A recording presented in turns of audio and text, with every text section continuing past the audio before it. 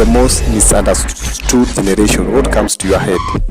You employ him or her a job, but ukimpigia kelele, hiyo kazi utafanya peke yako. So nowadays, young men, mostly 20s and below, are misunderstood with the society and most probably parents. To be able to understand what this generation want and where we are heading as a generation. Good morning and welcome to my channel.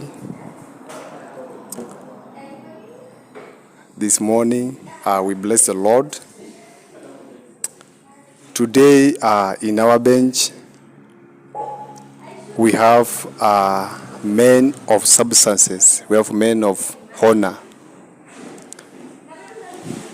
But before we begin and before we start, if you are joining here for the first time, what we do here is we are aiming to inspire a generation, to pass a message to somebody outside there, and at least change someone or make someone to understand.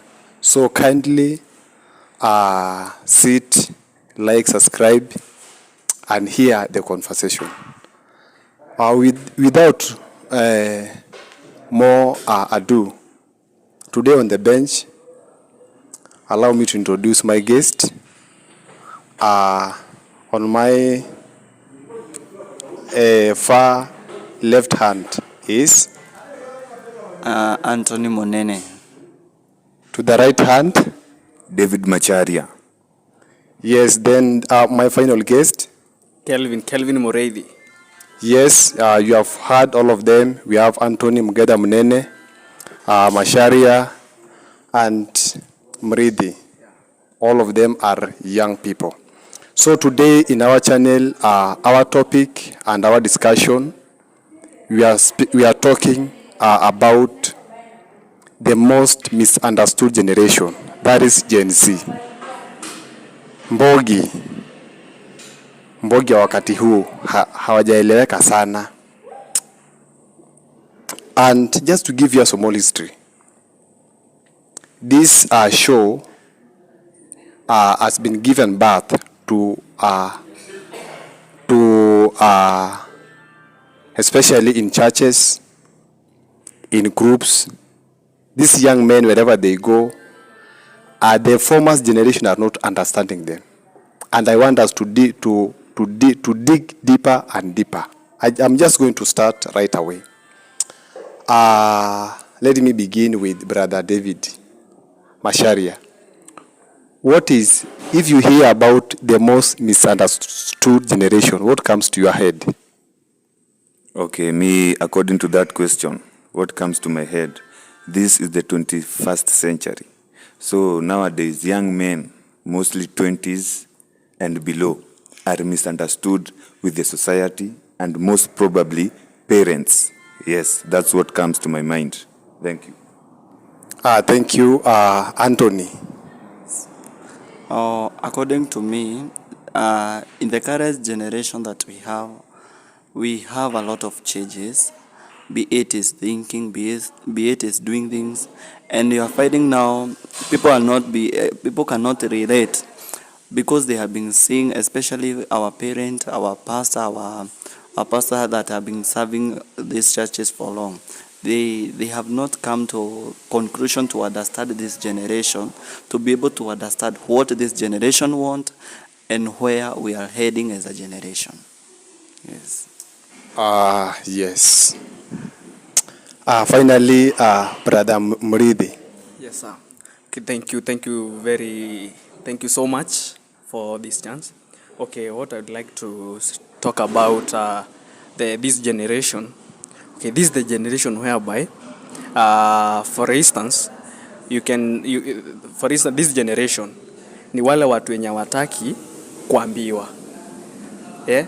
Like you employ him or her a job, but ukimpigia kelele, hiyo kazi utafanya peke yako. That's the generation we are right now.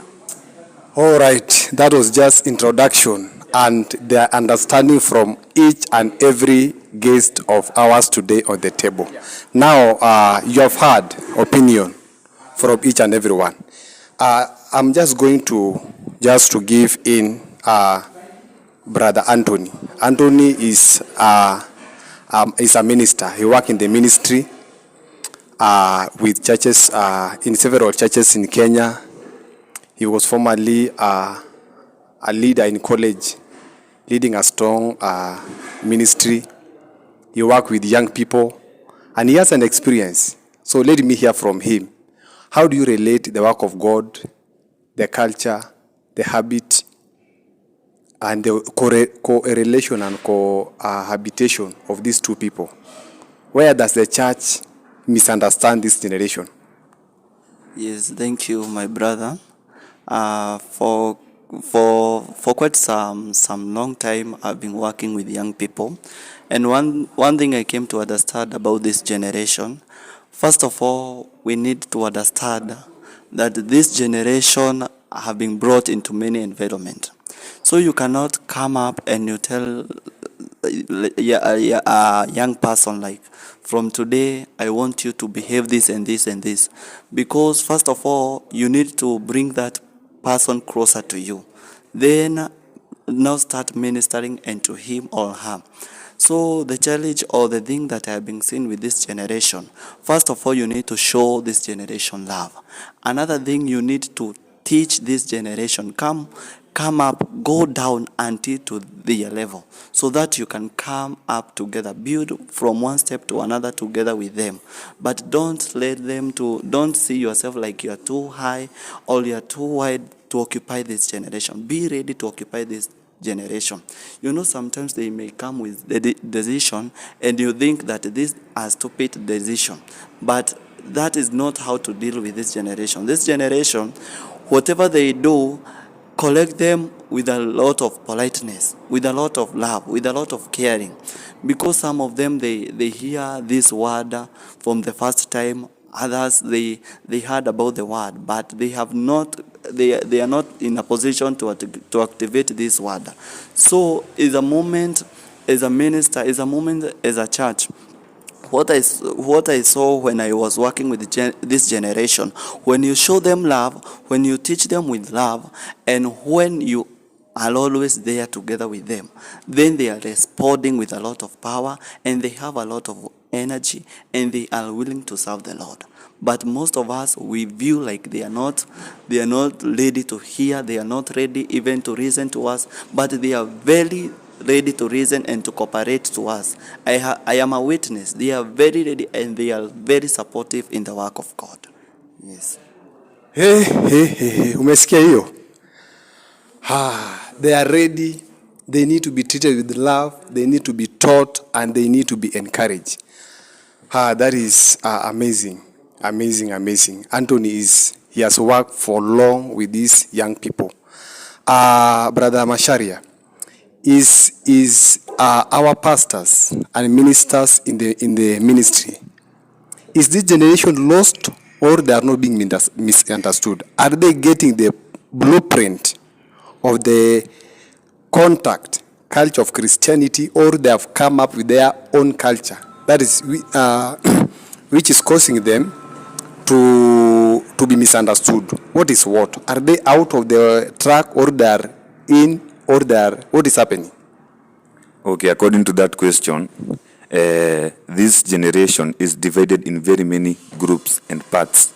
For example, we can say some want to come up with their own culture.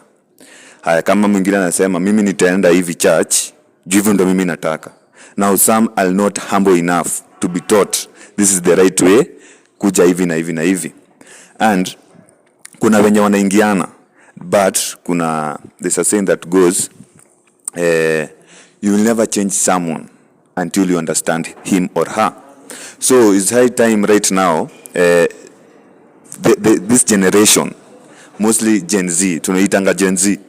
Hasa hii Gen Z ni ati wakuje wakama up na wakubali kuambiwa, kwa sababu wengi wanajifanya wajuaji, na hiyo it will lead them nowhere.